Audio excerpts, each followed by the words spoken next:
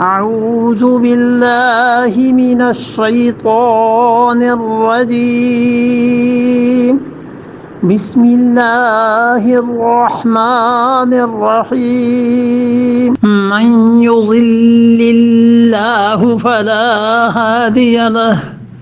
فيذرهم في طغيانهم يعمهون من یضلل اللہ،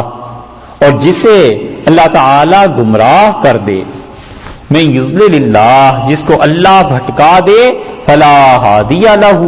اسے کوئی راہ دینے والا نہیں ہے، کوئی نہیں ہے جو اسے سیدھی راہ پر لا سکے۔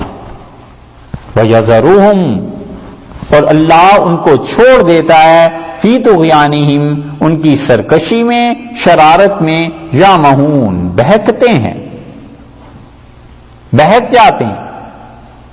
اللہ ان کو چھوڑ دیتا ہے ان کی شرارت میں، حتیٰ کہ اندھے ہو جاتے ہیں۔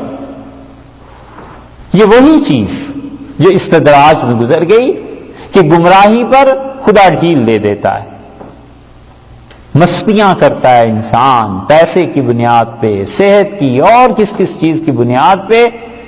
اور اللہ کو جھٹلاتا ہے، خدا کی بات کو نہیں مانتا، اور پھر خدا اسے چھوڑتا ہے، یہاں تک کہ وہ اندھا ہی ہو جاتا ہے، اصل راہ ہی گم ہو جاتی ہے۔